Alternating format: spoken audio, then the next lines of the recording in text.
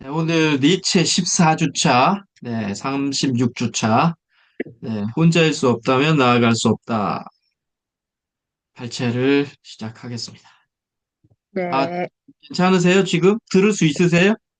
이제 자리에 앉았습니다. 네. 이번 주에 제가 읽었었던 부분에서 조금 마음에 들었던 문장은, 네, 타인을 심판하려는 자를 믿지 말라라는 부분이었고요. 네. 니체 소개는 넘어가고, 네. 183페이지에 타인을 심판하려는 자를 믿지 말라. 우리에게 천국을 안내하겠다는 인종들은 새로 장만한 펠트 구두창이 상할까 조심조심 발걸음을 내디디며 입으로는 쉴 새 없이 말도 안 되는 설교만 늘어놓고 있다. 레블레 자신이 정의롭다고 떠들어대는 자를 믿지 말라. 그들은 바리새인이 되기 위해 언젠가 우리에게 권력을 요구할 것이다. 그들이 자신을 선량하고 정의롭다고 주장할 때 우리는 두려움을 느껴야 한다. 위선을 신랄하게 비평하고 있고요. 현자들은 가장 나쁜 게 위선이라고 했죠. 예수님도 위선을 가장 나쁘다고 했고요. 그래서 바리새파를 되게 욕했잖아요. 악보다 더 나쁜 게 위선이라는 것. 악을 보면 우리 마음에는 선이지, 나도 모르는 선의지가 올라오는데 위선은 우리를 헷갈리게 하죠. 앞에서는 선한 척, 안에서는 악을 행하려는 그런 사람들. 뭐 니체도 이런 부분에서는 네, 제대로 알고 있는 것 같습니다. 184페이지에 그들은 창조자를 십자가에 못 박을 때 가장 즐거워하는 자들이다. 그들은 고독한 인간을 증오하는 자들이다. 네. 예수를 죽인 자는 빌라도는 아니죠. 결국은 당시 민중들이 처형을 시킨 거죠. 자신들의 기대에 못 미친다고 생각을 했기 때문에. 네. 뭐, 근데 뭐 지금 현재 기독교 저도 어릴 때부터 다녔지만 끊임없이 빌라도를 이야기하죠. 빌라도는 형식만 취했을 뿐이죠. 네. 우리는 고귀하고 정신적으로 충만한 광신도가 존재했었다는 사실을 알고 있다. 광신도는 사람들의 영혼을 자극하고 북도도는 매우 지속적인 작용도 할 수 있다. 하지만 우리는 그를 삶의 지도자로 섬기지는 않을 것이다. 만에 하나 그의 영향력을 이성의 제어 아래 두지 않는다면 그는 우리를 사악한 길로 인도할 것이다. 네, 결국 광신도가 존재해야, 광신도라기보다도 광신이라는 이런 똘끼가 존재해야 세상은 바꿀 수 있는데, 하지만 또 세상은 광신을 지도자로 여기지는 않는다는 거예요. 왜? 불안정하니까. 그리고 그 광신의 지도자들도 자신을 부드럽게 하장하죠. 난 광신은 아니야. 라고. 실질은 광신인데도. 네. 세상은 그렇게 움직이고 있죠. 185페이지에 겸손은 늑대를 개로 만들었다. 위로와 기쁨은 상대방이 자신보다 나약할 때만 찾아온다.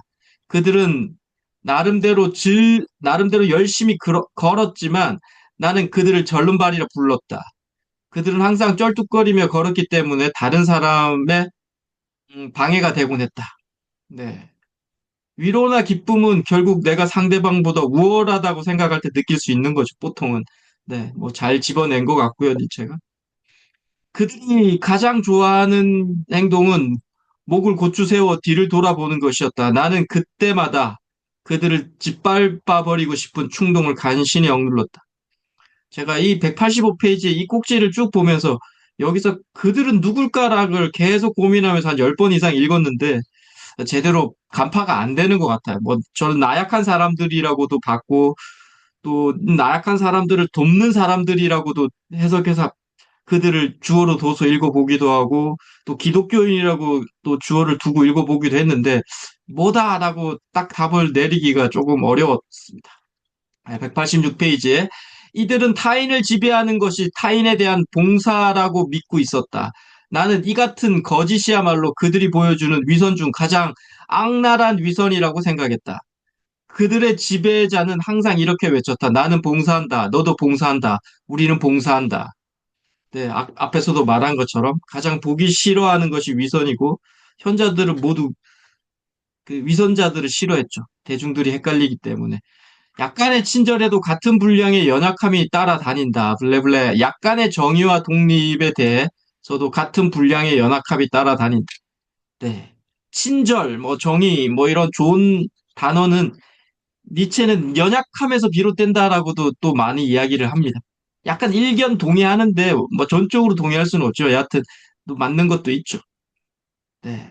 강한 이들은 이런 가치를 경시한다고 니체는 생각했죠. 친절하거나 예의를 베푼다거나 이런.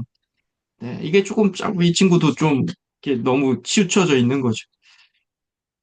네. 187페이지에 그들이 내세우는 덕은 오직 겸손과 순종뿐이었다. 덕분에 그들은 늑대를 개로 만들었고 인간을 가장 필요한 짐승으로 만들어낼 수 있었다. 네. 인간을 자신들에게 순종하는 종족으로 만들었다는 거예요. 네. 니체는 순종이 아닌 모든 것에 의문해야 하고 질문해야 하고 하는 것을 이 사람이 더 가장 가치 있다고 여겼기 때문에 이렇게 비판적인 글을 쓰고 있는 거죠. 그런데 이런 순종과 의문, 뭐 두 가치가 양립된다고 했을 때, 반대된다고 했을 때, 이 가치가 적절하게 이루어져야 되죠. 순종도 정답이 아니고 의문도 정답이 아니죠. 어느 하나만 옳고 어느 하나 그러다고 말할 수 없죠. 그렇게 말하는 건 하수예요. 그래서 이 친구가 저는 하수라고 보입니다. 거의 책을 한 권 다 읽은 시점에서는. 니체를 더 이상 존경하지 않기로 했어요. 글은 잘 쓰는 사람이다. 이런 생각은 하는데, 아, 이 친구 더 이상 책을 안 읽어도 되겠다라는 생각을 저는 많이 하게 됐습니다. 188페이지에 눈병과 논리적인 싸움을 하지 않듯이라는 꼭지입니다. 사람들은 기독교의 교리에 반박하지 않는다. 마치 눈병과 논리적인 싸움을 하지 않듯이.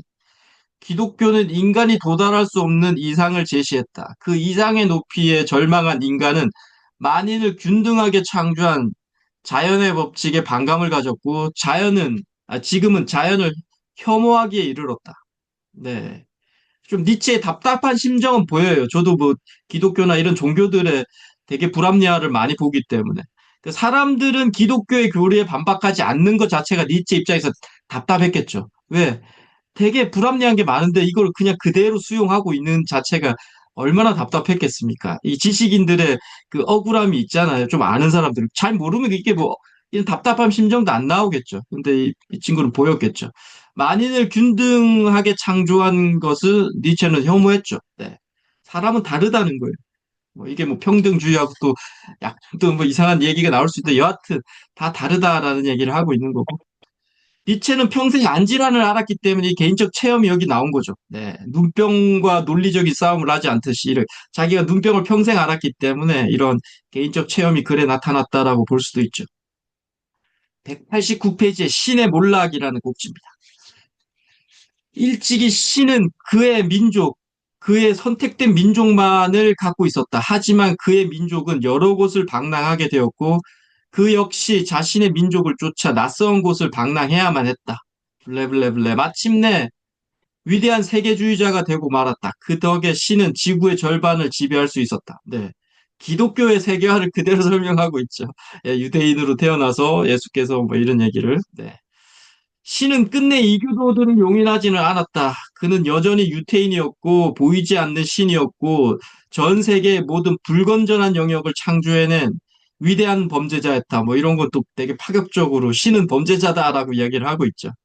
뭐 이교도를 용인하지 않던 게 우상숭배를 금지한다거나 뭐 여기에서 문제는 또 불건전한 영역을 창조했다는 얘기는 그동안에는 별로 죄가 되지 않았던 것이 기독교의 윤리강령 613개가 나오면서 죄가 되는 경우가 많았다라는 거죠. 그것도 불합리한 것들도 있었기 때문에. 뭐 대부분 다 합리적인 거긴 했지만, 여하튼 니체의 눈에는 더 불합리하게 보였겠지.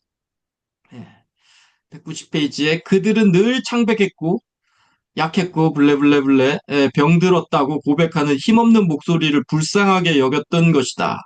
유대인을 비판하고 있죠. 네. 유대인을 비판하고 있는 꼭지입니다. 또 190페이지에 나중에는 형이 상학자가 되고 말았다. 그는 먼저 스피노자를 짜냈다. 그리고 더욱 희미해졌고 더욱 창백해졌고 더욱 타락했다. 신은 이상이 되었고 순수한 정신이 되었다. 신의 몰락. 신은 마침내 물 자체가 되었다. 네. 스피노자도 파문됐죠. 네, 1500년도인가. 예, 이렇게 신에 대한 질문하는 과정에서 네, 그 얘기를 하고 있는 것 같고 형이상학, 순수한 정신, 칸트의 물 자체 여기서 나오는 이런 게 결국 불교의 참나, 힌두교의 아트만 기독교에서 영혼육에서 영을 말하는 거고, 유교의 허령지각, 같은 의미라는 거예요. 텅 비어 있지만 신령스럽게 만물의 이치를 깨닫고 분별하는 본질적 기능. 네. 이게 기독교에서는 영이고, 영혼육의 영이고, 유교에서는 허령지각이라고 하고, 칸트에서 물자체라고도 하고, 형이상학이라고 하고, 순수한 정신이라고 하는 거죠. 그래서 신은 물 자체라는 것은 우주는 이렇게 현상계와 절대계로 이루어져 있는데 이 절대계가 형이상학, 순수한 정신, 물 자체, 참나, 아트만 영, 허령지각이다라고 이야기를 하고 있는 거죠. 네. 191페이지에 도덕은 자아를 배척한다. 네. 생장의 기본 덕목인 이기심을 수치로 비하했고 쇠퇴의 전형적 징후인 희생의 가치를 부여했다. 그리고 모순과 상실과 개성과 이웃을 신령으로 둔갑시켰다라는 문장이 나오죠. 네. 뭐, 또, 이런 부분에서는 또 이 니체를 좀 동의하죠. 예, 이기심이 나쁜 가치가 아닌데, 종교로 인해서 이게 수치심, 나쁜 감정으로 되어버렸다는. 그러니까 이기심은 자신을 위한다는 생각이잖아요. 이게 자신을 위한다는 게 인간이 생존하는데 필수적인 감정이죠. 나를 위하지 않으면 우린 다 바로 내일 죽겠죠. 물론 여기에서 이제 니체가 조금 더 깊었다면 이런 얘기가 들어와야 되겠죠. 이기심은 주변과 균형을 맞추면서 불이라 이런 얘기가 들어오면 맞는데 그냥 이렇게만 이야기하면 반쪽짜리밖에 안 되죠. 네, 결국 이기심은 좋은 가치고 그게 자기 혼자만 살겠다고 제가 이렇게 표현했죠. 목마르다고 한 잔 남은 물을 혼자 다 마셔버리면 그건 이기심이고 그건 당연히 지탄받아야 되겠지만 이기심이라는 자체가 나쁜 가치라고 수치로 비하할 것까지는 아니다라는 얘기를 제가 하고 싶습니다. 네. 그리고 191페이지 우리들은 태폐적인 가치를 최고의 선으로 자기 기만을 윤리로 가르쳤던 것이다. 우리가 가르치는 도덕의 근본은 배척이다. 그리고 자아의 배척이다라고 이렇게 써놨는데 이렇게 해석했습니다. 저는 도덕의 근본이 배척이다라고 니체가 말했는데 배척은 제가 볼 때 나와 우리 것만 보호한다는 거잖아요. 나머지는 멀리하겠다라는 의미죠. 뭐 이런 생각이 들었어요. 우리가 자기 옆에 있는 파트너 A를 사랑하면 다른 것은 배척해야 되죠. 다른 애인이 아닌 다른 사람들. 네. 그럼 배척이 따라올 수밖에 없다는 거예요, 결국은. 이웃을 가족처럼 사랑할 수 없죠. 말은 이론적으로 이웃을 가족처럼 사랑하라고 하지만 우리가 똑같은 상황이 있을 때 가족을 더 사랑할 수밖에 없죠. 결국은 배척이라는 게 따라오죠. 조금이라도 배척해야 되죠. 예. 똑같이 옆에 있는 이웃뿐만 아니라 전혀 모르는 사람을 가족처럼 사랑하면 안 되죠. 또 사랑할 수도 없고 본능적으로. 네, 이처럼 그래서 제가 생각할 때는 세상에 이렇게 가치 있는 것들 옆에는 항상 가치 없는 것들이라고 표현하는 것들이 늘 상존하죠. 이게 이원론이고요. 우리가 물질 세계가 구성되는 음양의 법칙이죠. 음이 있으면 양이 있고 이거 항상 같이 움직이죠. 음만 존재할 수도 없고 양만 존재할 수도 없죠. 같이 움직인다는. 192페이지에 창조야말로 진정한 권력이다.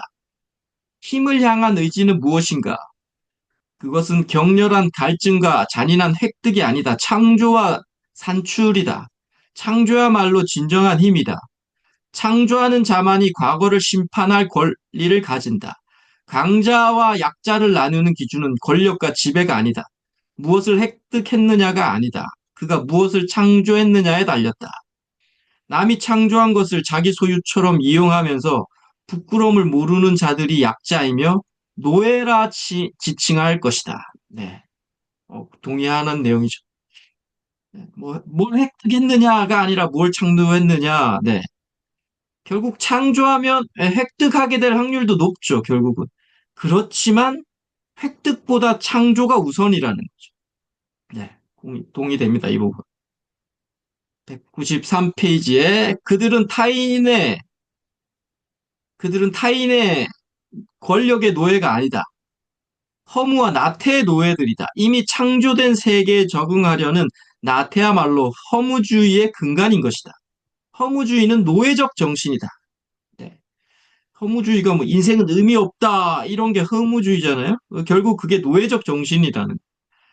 결국 저는 이렇게 해석했어요. 뭔가를 창조하는데 몰두하고 기뻐하는 이들에게는 그 순간만큼은 허무가 끼어들지 못한다는 거예요.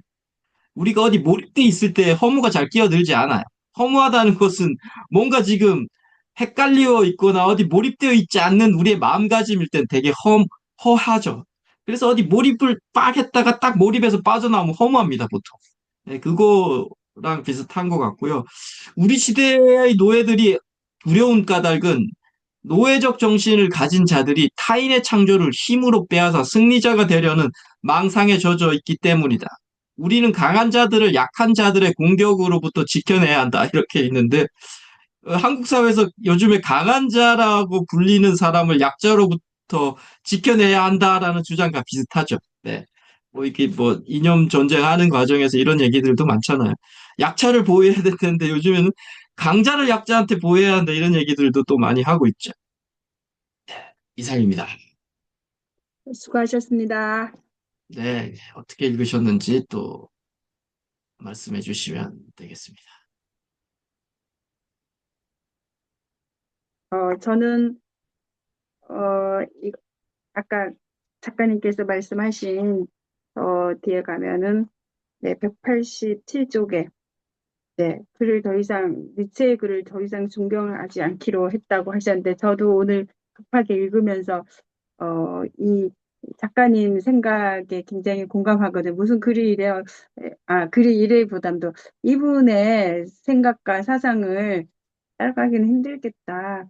역시 좀 특별한 분이야. 이런 생각을 했습니다. 네, 글을 읽으면서요. 그렇게 했고, 그다음에 188쪽으로 넘어와서요. 눈병과 논리적인 싸움을 하지 않듯이 그랬는데, 어,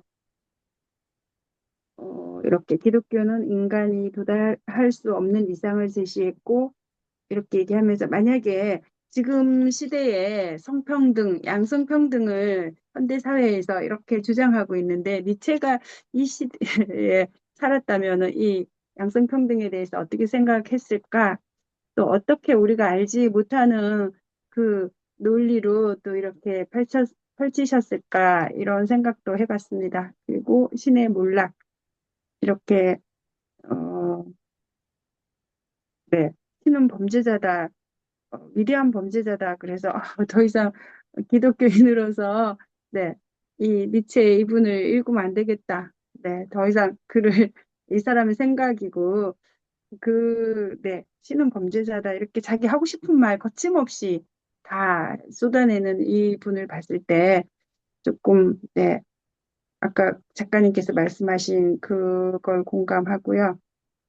그리고 사람들은 말하고 싶어도 조금 참기도 해야 되는데 이분은 참지 않고 네, 다 얘기하시는 것 같고 그다음에 아까 작가님께서 기독교 윤리 강령이 600 몇 개가 있다고 그러셨는데 기독교 윤리 강령 네, 잘 모르겠어요. 600 몇 개가 있었는지 네, 그리고 그 다음 190페이지에서 네, 또 마침내 물 자체가 되었다. 이렇게 해서 어쨌든 성리상학 이런 얘기하면서 기독교에 대해서 신에 대해서 이렇게 또 그들은 늘 창백했고 약했고 허무했다.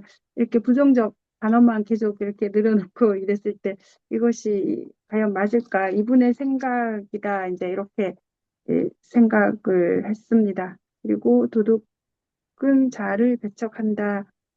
이렇게 얘기했는데 도덕의 근본은 배척이다 그랬고 그럼 그 배척이라는 것이 내 거, 우리 것만 보호한다고 이렇게 봤을 때 도덕의 근본이 배척이다. 그래서 우리가 일상에서 배웠을 때 그, 어, 규칙하고 그 내용하고 조금 많이 달라서 어떻게 받아들여야 될까? 이분 걸 받아들이기 어렵다. 다시 생각했습니다. 네, 그리고 뒤로 넘겨서 창조야말로 진정한 권력이다. 이렇게 했고요. 그래서 제가, 네, 어렵다. 네, 이분은 자기 하고 싶은 생각을 거침없이 하셨구나. 이렇게 생각했습니다. 여기까지입니다. 네. 아, 제가 아까 니체를 신랄하게 비판한 거는 좀 우리 소장님하고 조금 궤는 틀려요. 네, 그러니까 소장님은 이제 기독교인으로서 기독교를 조금 비판하는 과정이 이제 좀 받아들이기 힘들어서 그렇게 하신 거고, 저는 이 친구를 이야기를 하는 게 왜 뭐 그 비판하냐면, 이 친구가 너무 애고적 욕망에만 치우쳐 있어요. 이 친구가 하는 얘기가. 아, 이 네, 친구가 실제로 아까 제가 잠깐 음, 이야기했었던 물자체를 이야기를 했어요. 네, 물자체하고 형이상학을 이야기했는데, 이 네, 형이상학이나 물자체나 순수한 정신이라든지 뭐 아트만이라든지 영혼육의 영을 이 친구가 제대로 알지는 못해요. 제가 볼 때는. 그래서 저는 이 음, 친구가 절름발이라는 거예요. 그러니까 애고적 네, 욕망에만 이 친구는 제대로 포커싱이 돼 있기 때문에 지금 우리 사회뿐만이 아니라 전 인류에서 가장 많이 칭송되는 철학자가 니체거든요. 왜? 이 지금 현재 자본주의 사회가 애고적 욕망의 그 길에서 지금 생성되어 있는 그 이 제도 자체이기 때문에 한 200년 동안. 그래서 이 네, 친구의 이야기가 그대로 다 수용이 되죠. 그런데 이런 영성적인 얘기를 하는 과정에서는 이 애고적 욕망이 아니라 이런 형이상학이나 순수한 정신이나 칸트의 물자체라든지 불교의 참나라든지 힌두교의 아트만이라든지 기독교의 영혼육의 영이라든지 유교의 허령지각이라든지 이런 절대 세계라고 하죠. 현상계 반대인 절대계를 제대로 제가 볼 때 이 친구가 이해를 못하고 있어요. 제가 볼 때는. 그래서 저는 이 친구를, 아, 요 책 다 보고 나면 더 이상 제가 이제 니 책을 안 읽어도 되겠다라는 이런 뉘앙스로 제가 이제 조금 비판적으로 이야기를 한 거고, 아마 소장님은 지금 아까 말했던 기독교에 대한 또 신랄한 이런 비판에 대해서 좀 받아들이기 힘드시니까 아마 그렇게 또 이야기 하셨던 것 같아요. 이게 조금 괴는 다르다라고 제가 말씀을 좀 드립니다. 다르지만 결론은 이분이 이분이 기독교인들이 이분을 이렇게 존경하지 못하고 그런 것처럼 그런 의미의 맥락에서는 같지 않을까 이런 생각이 듭니다. 여튼 뭐, 그, 네, 개인적으로 조금 뭐 이렇게 위대한 범죄자다 이런 단어는 약간의 그냥 그 아포리즘이고 은유인 것 같고요. 당연히 이거 받아들이기 힘들죠. 기독교인들은 뭐 왜 범죄자가 아니. 근데 이제 이 의미 자체를 해석할 때는 좀 충분히 또 공감되는 부분도 있죠. 왜냐하면 기독교가 생기기 전에는 없었던 어떤 그 죄들이 이렇게 기독교가 생기면서 생겨난 그 당시엔 더더욱 불합리한 제도들이 많았다라는 거예요. 그거에 대한 반감이라는 거죠. 니체가 우리가 첫 시간, 둘째 시간에도 말했잖아요. 니체가 신은 죽었다고 하는 게 신이 그냥 이상한 놈이 아니라 그 당시에 기독교를 행했던 지금 말하면 목사나 신부나 이런 사람들의 행태고 그때 막 면죄부 발행하고 이런 거 있었잖아요. 그러니까 그런 행위에 대한 비판인 거예요. 너희들이 하는 행태 보니까 신은 없네라는 신은 죽었네라는 그런 비판이기 때문에 네. 뭐 여튼 네, 뭐 의견이고 소장님의 또 니체를 네, 비판할 수 있는 의견이고 저도 또 그런 의견을 또 낼 수 있는 거니까 조금 드려봤습니다. 네. 그래서 저는 이번에 또 다시 성경 읽기 작가님도 하신다고 그러셨는데 창세기를 다 읽으면서 굉장히 눈물도 많이 나기도 했고 그러면서 작가님께서 제가 이제 글쓰기 할 때 주제 막 흔들리고 주제 잘 이렇게 명확하게 하지 못하고 이런 부분에 있어서 제가 봤더니 꿈이라는 단어 요셉 이야기 나오면서부터 이제 꿈쟁이 어렸을 때 꿈꿔서 뭐 형들이 아버지가 어쩌고 이제 그다음에 또 그 종으로 팔려가고 노예로 팔려가고 이렇게 해서 감옥에 갇혀가지고 또 꿈 이야기 해주고 또 그다음에 바로 왕이 꿈꾸고 꿈 뭐 계속 제가 꿈을 체크를 해봤더니 꿈이란 단어가 굉장히 많이 나오고 그래서 우리 작가님께서 얘기하신 그 주제가 계속 이렇게 흔들리지 않아야 돼 그런 느낌을 창세기에서 꿈 이야기 곡이 나올 때 그때 이제 작가님 생각하면서 작가님의 가르침을 생각하면서 이렇게 주제가 흔들리지 않아야 돼. 꿈 이야기, 꿈쟁이가 꿈을 꾸고 이렇게 해서 고난을 겪고 잘 극복하고 해서 그 마무리하는 그런 가족도 살리고 애국 나라도 백성들도 살리고 하는 이런 주제, 그 주제가 하나가 꿈이구나. 그 흔들림 없이 그렇게 쭉 글을 잘 써야지. 제가 그렇게 작가님의 지도를 생각하면서 상세기를 그렇게 읽었고요. 그러면서 프로이트가 꿈의 분석, 꿈의 해석 이런 책을 쓴 것도 유대인이기 때문에 창세기에서 영감을 얻어서 꿈의 해석이라는 그런 책을 쓰지 않았을까 저 혼자 생각해 봤습니다. 네, 네네. 여기까지입니다. 네. 그래도 이제 소장님이 그런 뭐 계속 같이 수업을 하고 이야기 듣고 하면서 이제 머릿속에 있는 게 있으니까 그동안에는 안 보였던 그런 이제 맥락들이 보이는 거죠. 다른 책을 보면서. 아, 이거는 꿈에 대해서 계속 쓰고 있구나, 여기서는. 그러니까 그동안에는 절대 보이지 않았던 게 지금 보이는 거죠. 그것만 해도 또 엄청나게 또 아마 다른 책을 보시더라도 이제는 그런 시각으로 계속 보게 될 거예요. 여기는 뭐 하려고 이분은 이 글을 쓰셨나라고 하면서. 그러면서 이제 그 비평적인 눈도 분명히 생겨나실 거고, 지금도 비평적인 눈인 거잖아요. 아, 꿈에 대해서 계속 창세기에 나오고 있네? 계속 꿈이네? 꿈이네? 하면서 이제 그게 보였다는 것 자체만으로도 많이 엄청나게 성장하시고, 네, 보람이 있는 거죠. 네. 작가님 가르침 덕분입니다. 아, 감사합니다. 전혀 아닙니다. 네, 그러면 다음번 또 읽는 차례를 가져보겠습니다. 네, 다음은 제가 먼저 읽겠습니다. 다음 주부터는 제가 좀 써야 되는데 요즘에 바빠가지고 안 쓰고 있네요. 자, 세상으로 돌아와 육신을 다시 걸치는 위대한 포기라는 꼭지입니다. 가을이 깊어가고 있었다. 황금빛 전령 너머로 낙엽은 흐리게 흩날리고 서늘한 바람이 조용히 언덕을 스쳤다. 나뭇가지의 남은 잎들도 이제는 놓을 준비를 하는 듯 잔잔히 떨고 있었다. 제이는 돌계단에 앉아 있었다. 사원 뒤편 오래된 은행나무 아래서 그의 곁에는 친구 같은 스승 빛이 앉아 있었다. 산사의 종소리가 멀리서 들려오고 한 마리 까마귀가 어딘가로 날아갔다. 빛 깨달음은 얻는 자가 빛 깨달음을 얻은 자는 왜 다시 세상으로 돌아오는 거지? 모든 괴로움에서 벗어났다면 그냥 그대로 떠나면 되잖아. 제이는 바람을 따라 흩날리는 잎을 바라보며 물었다. 빛은 조용히 웃으며 은행나무 한 잎을 주워들었다. 넌 이 잎이 떨어지는 걸로 끝났다고 생각하니? 결국 흙으로 돌아가겠지. 그렇지. 그리고 그 흙은 또 다른 생명을 일으킨다. 깨달은 이가 세상으로 돌아오는 건 바로 그 잎처럼 자신을 걸음으로 남기기 위함이야.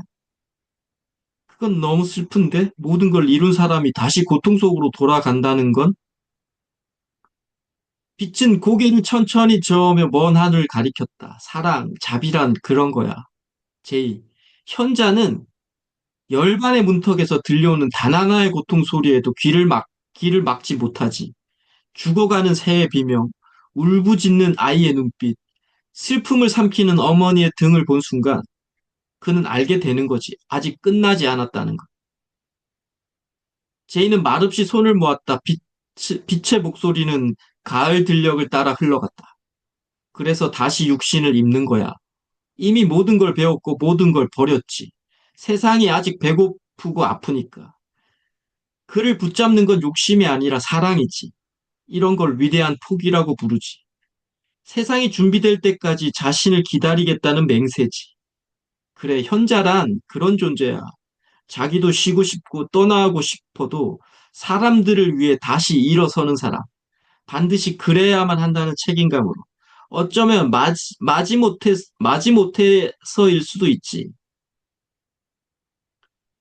빛은 손에 든 은행잎을 조심스레 내려놓았다.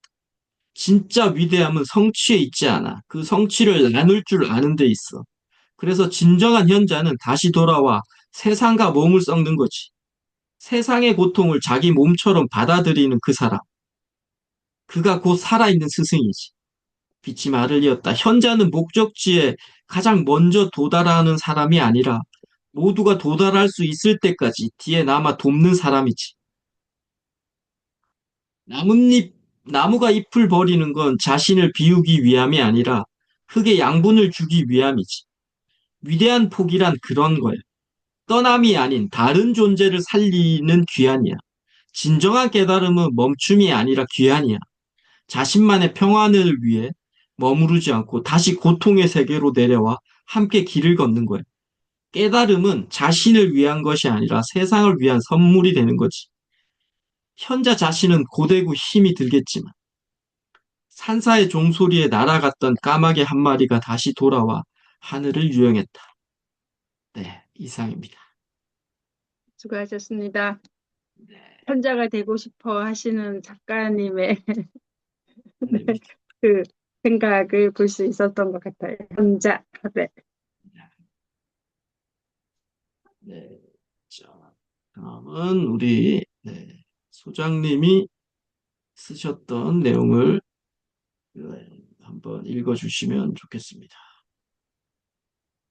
정서적 거리 유지하기 잘 하려고 애쓰지 말자. 23살 여자는 한 집에 살고 있는 어머니의 남친에게 중학교 때부터 성추행을 당했어요. 어머니가 있어도 그 남자는 아랑곳하지 않고 그녀의 가슴을 만졌어요. 싫다고 하지 말라고 말을 해도 소용이 없었어요. 그 남자는 가족끼리 스킨십? 그럴 수도 있다. 뭐가 이상해? 라고 말해요. 그 행위가 싫다 말했지만 여자의 말은 받아들여지지 않았어요. 그 남자의 행동은 멈추지 않았어요. 하지 말라고 많이 말했을 때 오히려 왜 거절하냐, 뭐가 이상하냐면서 어머니와 같이 있을 때도 둘만 있을 때도 수시로 그랬어요. 같이 말려줬으면 했지만 여자의 어머니는 방관자 역할로 일관했습니다. 오은영 선생은 어머니가 아이의 신호를 귀찮아하고 무시하거나 내킬 때만 반응해주면 아이는 굉장히 불안한 사람으로 자란다고 했어요. 어떤 상황에서도 어머니에게 가장 소중한 존재이고 싶은 것이 아이의 본능입니다. 여자가 4살 때 부모님은 가정부라 성격 차이 등의 이유로 이혼을 했어요. 어머니는 약한 사람이다. 어머니와 나는 서로 이해할 수 없다. 이제는 조금 멀어지려 한다 해요. 아버지는 없는 사람 같다. 아버지와 나는 모르는 사이다라고 표현했어요. 여자가 중학생일 때 어머니는 술 먹고 자주 울었어요. 어느 날 어머니가 안방에서 우는 소리가 크게 들렸지만 자신의 방문을 꼭 닫고 가만히 있었어요. 여자보다 2살 많은 오빠가 집에 와서 어머니가 술과 약을 잔뜩 먹었다는 것을 알았어요. 여자의 어머니는 또했기 때문에 괜찮았어요. 대신 여자는 오빠한테 심한 야단을 맞았어요. 집에 있으면서 어머니에게 관심 갖지 않았다는 이유였어요. 여자는 고등학교 때부터 집 나갈 생각을 했어요. 22살 때 정신과 진료를 받던 친구의 권유로 정신과 진료를 받고 약을 먹고 있어요. 정신과 의사는 당장 집을 나와 독립하라고 했어요. 그 여자는 4개월 만에 집을 나왔습니다. 여자는 서울에서 약 2시간 거리에 있는 경기도의 한 도시로 이사를 왔어요. 친구가 있는 집 근처로 집을 구했어요. 집을 나오면서 어머니와 그 남자에게 자신이 집을 나오는 이유를 카톡으로 보냈어요. 그리고 전화기를 차단했어요. 전입 신고할 때 가족들이 찾지 못하도록 주민등록 열람 제한 신청도 하겠다고 했어요. 여자는 자신의 오빠가 여동생이 엄마의 그 남자로부터 성추행을 당했다는 사실을 아는지 모르는지 모르겠다고 했어요. 얘기하려고 했는데 오빠에게 똑같이 말하는 게 힘들어서 말하지 않았어요. 2살 많은 오빠는 직장인으로 밤 10시에 퇴근해요. 여자의 어머니도 직장을 다녀요. 여자가 퇴근 후 집에 오면 그 남자와 단둘이 집에 있어야 하는 시간이 2~3시간 정도 되었어요. 정신과 진료 이후 밥도 같이 안 먹고 여자는 집에서 거의 잠만 잤어요. 여자가 이사 나온다는 것을 어머니는 알고 있었어요. 걱정할까 봐 어느 도시로 이사 간다는 정도는 말했어요. 당황하고 서운해하는 태도를 보였지만 가면 못 들어온다는 어머니의 말이 여자에게는 가지 말라는 말을 돌려서 하는 반어법이라고 생각했어요. 여자에게 증거를 확보하기 위하여 육성 녹음을 하라고 정신과 의사는 말했어요. 하지만 그 남자에 대한 육성 녹음을 하지 못하였어요. 대신 자신의 오빠에게 전화를 하면서 자신이 그동안 그 남자로부터 성추행을 오랜 시간 당해왔고 더 이상 견딜 수가 없어서 집을 나온다는 이야기를 녹음했어요. 오빠는 침착하게 반응했어요. 여자가 정신과에서 받은 진단서 내용을 보면 가족에서 성추행 당한 후 극도의 트라우마로 인한 반복적인 공황 발작 및 불면, 일상 지속 어려움에 대해 2025년 8월 28일부터 군원에서 약물 및 면담 치료 시행 중이신 분입니다. 물리적 분리 위에 이사하신 분으로 가족에게 환자의 주소지가 누출되면 절대 안 되는 상황입니다. 여자의 오빠는 주말에 어머니와 함께 여동생이 이사한 곳으로 찾아왔어요. 여자는 자신의 오빠에게는 집을 알려줘도 된다고 생각하고 집 주소를 알려주었어요. 오빠가 찾아왔어요. 어머니와는 한 카페에서 만났어요. 오빠는 여자에게 지금 어머니가 중학교 무려 자살 시도하던 그때만큼 힘들어하고 있다면서 걱정을 많이 했어요. 여자는 자신을 보호해주지 못하는 어머니를 아직도 걱정하고 있어요. 여자는 스스로 자신을 지키고 보호해야 해요. 단호함을 통해 딸을 지키지 못하는 어머니와 물리적 분리가 된 상태에서 정서적 거리 유지가 더욱 필요합니다. 어머니에게 필요한 그 남자보다 여자 자신의 안전이 가장 중요해요. 어머니에게 잘 하려고 애쓰지 마세요. 스토아 철학자 마르쿠스 아우렐리우스는 말했습니다. 삶은 다시 시작할 수 있다. 그대가 오래전에 본 것들을 새롭게 바라보라. 이것이 삶을 다시 시작하는 방법이다. 삶을 다시 시작하기 위하여 용기를 낸 여자가 가해자인 그 남자를 처벌 의사보다는 불편하고 싫으니까 피하겠다는 마음으로 짐을 싸서 집을 나왔어요. 정신과 진료를 받으면서 비로소 독립에 대해 행동으로 보였어요. 현재의 올바른 행동에 집중하길 바래요. 읽었습니다. 수고하셨습니다. 네. 네. 네. 아니, 이런 당했어요, 만졌어요, 없었어요, 이런 내용들 자체가 제가 지금 제가 댓글을 하나 달아놨는데, 네, 네, 주어와 서술어를 적절하게 좀 일치시키는 게 읽을 때 도움 잘 되겠죠. 네, 네. 23살 여자는 한 집에 살고, 그러니까 이 문장만 보면 23살 여자는 한 집에 살고 있는 어머니의 남친에게 중학교 때부터 성추행을 당했어요.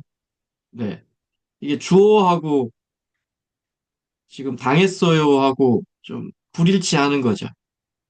네, 네. 수정을 한다면 23살 여자는 예, 23세인 그녀는 울며 귀며 말한다. 중학교 때부터 한 집에 살고 있는 어머니 남친에게 중학교 때 성추행을 당했다는 것이다. 이게 맞는 거죠. 네, 아니면 당했어요로 그대로 살리려면 전은이 들어가야 되죠. 지금 말하는 화자. 저는 어머니 남친에게 중학교 때부터 성추행을 당했어요.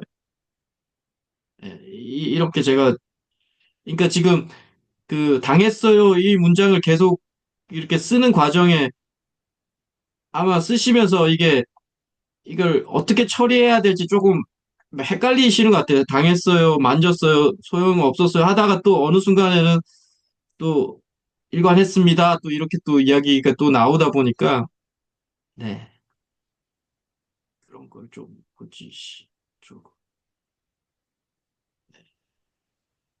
그리고 제가 또 적어놓은 건, 네, 여자가 퇴근 후에 그 남자와 단둘이 있어야 하는 시간이 두세 시간 정도 되었어요라는 문장이 또 있는데, 네, 제가 이제 쭉 읽다 보니까 이사를 나갔다고 했는데, 또 읽다 보니까 이제 이게 시점이 이제 조금 약간의 이제 틀어진 거죠. 그 이사를 나왔다고 했는데 어떻게 또 같이 있냐. 그러니까 그 전에 이야기를 하고 있는 거겠죠. 이사 나오기 전에는 이렇게 있었다, 뭐 이런 얘기를 지금 이제 하고 있다 보니까 좀 이제 이게 가독할 때, 읽을 때, 예, 그래서 내용이 좀 추가가 돼야 되겠죠. 이렇게 두세 시간 정도 그렇게 이사 나오기 전에는 뭐 이런 내용이 조금 뭐 한 단락이라도 들어가면 뭐 좀 좋을 것 같고. 네, 오은영 박사가 말한 내킬 때 반응해주면 아이가 불안한 사람으로 자란다 이런 내용이 있는데 이런 사례가 있으면 좀 올려줘도 좋겠죠. 네, 네. 오은영 박사가 했던 이야기에서. 네, 그렇습니다. 네, 오은영 선생님, 네, 책 보고 흉내 내느라고 이렇게 됐습니다. 네네. 네, 여튼, 네, 네, 그렇습니다. 네, 감사합니다. 네, 수고하셨고, 네, 네.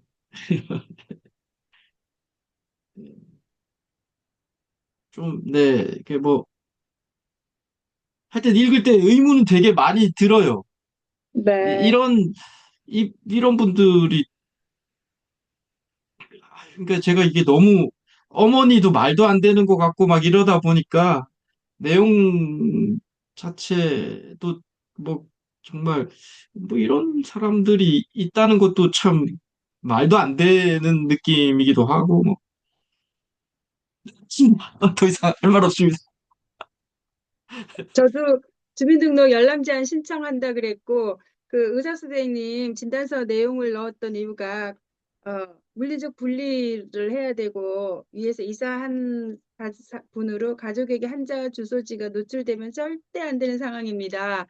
이렇게 의사 선생님이 얘기한 거를 본인이 진단서를 받아왔는데, 자기가 상담소에 상담 받으러 왔을 때도 그 주민등록 열람 제한 신청하려면 최소 3번 이상은 상담을 받아야 되고 거기에 이런 가정폭력 피해자라는 증거를 이렇게 확보를 해야 되는데 이 사람이 그 자기 오빠한테 주소지를 다 알려주고 오빠가 집까지 찾아오고 엄마도 집에는 안 찾아왔지만 전화기 차단했다가 엄마가 또 불쌍해서 전화기 또 다시 풀고 그 남자도 집을 이사 나갔다고 생각했는데 엄마하고 통화를 또 해보니까 그 남자 목소리가 들리고 다시 들어온 것 같다 이런 느낌에서 이 엄마의 행동도 마음에 안 드는데 어쨌든 집을 나왔으니까 엄마 걱정하지 말고 자기 자신을 잘 보호하는 게 첫 번째다 이렇게 얘기는 해주고 있는데 안 지켜지는 것 같아요. 자기가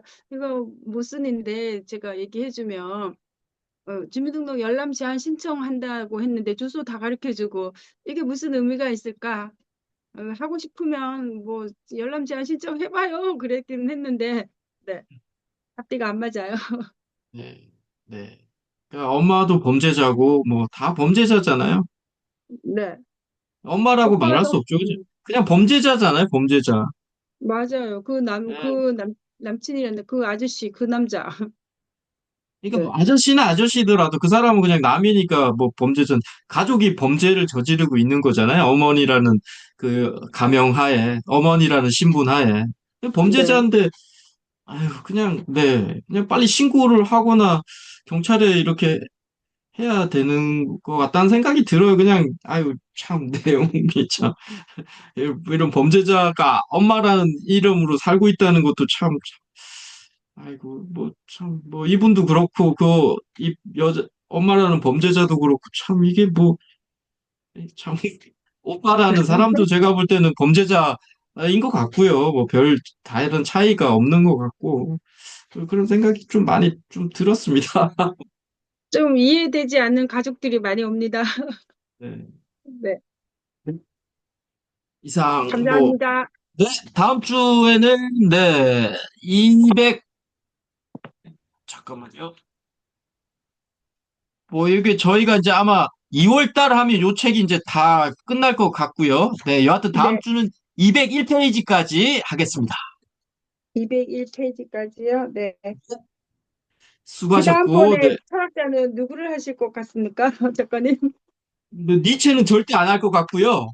네, 니체는 절대 안 할 것 같고, 그래도 누구나 다 좀 그래서 제가 이번에 니체 하면서 스토아 네, 철학 2번을 이렇게 했는데, 스토아 네, 철학은 깔 게 없어요. 너무나 그 인간의 본질을 잘 깨뚫고 있는데, 이 네, 친구는 반쪽만 알고 있는 이 친구는, 읽다가 너무 답답해가지고, 네, 그러니까 제 입장에서는 당연히 아무것도 별로 뭐 무명이지만 이렇게 제 눈에 이게 너무 많이 보이다 보니까 이게 너무 네, 답답한 거예요. 왜 얘가 이 전 세계 지금에서 가장 인기 있는 철학자고 추앙받고 있는지가, 막 너무 막 좀 읽으면서 막 약간, 야, 전체적으로 세계적 수준들이 다들 많이 낮다 이런 생각도 많이 들고, 니체는 절대 안 읽고 아마 쇼펜하우어나 뭐 또 뭐 여하튼 칸트나 요런 사람들 책이 이런 거 나온 거 있으면 제가 한번, 왜냐하면 그런 사람들은 또 좀 자명했거든요. 제가 얼핏 이렇게 영상 강의 들어봤을 때 그런 분들은 특히 쇼펜하우어나 칸트나 이런 분들은, 그러니까 니체도 쇼펜하우어나 칸트를 보고 배웠던 애긴 해요. 그 네, 뒤에 얘 책 보면 뭐 쇼펜하우어 얘기도 되게 많이 나오는데, 근데도 이 친구는 완전 애고적 욕망에만 치우쳐져 있는 친구인 거예요, 니체는. 그러다 보니까 네, 제가 못 받아들이는 거예요. 이 친구가 반쪽짜리다 보니까. 네. 그래서, 네. 여튼 니체는 아니고, 뭐, 쇼펜하우어나 칸트 조금 편안하게 이렇게 단문으로 되어 있는 거 있으면 제가 좀 찾아서, 네, 그렇게 한번 해보겠습니다. 저는 작가님께서 대단하시다고 생각이 듭니다. 아니요, 니체의 제가, 애고적 아, 욕망, 네, 반쪽이, 네, 아니, 그거는 소장님도 저하고 이렇게 공부했기 때문에 어디 나가서도 그렇게 말씀하셔도 돼요. 니체는 정말, 소장님이 네, 이렇게 말씀하시면 되지. 기독교를 너무 무시하는 것도 싫은데, 네, 이 친구는 이 현상계나 절대계인데, 현상계의 애고적 욕망만 치우쳐진 철학자다라고 이야기해도 아마 어떤 누구도 반박하기 쉽지 않을 거예요. 네. 네. 감사합니다. 소장님, 다음 주에 또 네, 뵙겠습니다. 네, 감사합니다. 감사합니다. 수고하셨습니다. 네, 감사합니다. 네, 수고하셨습니다.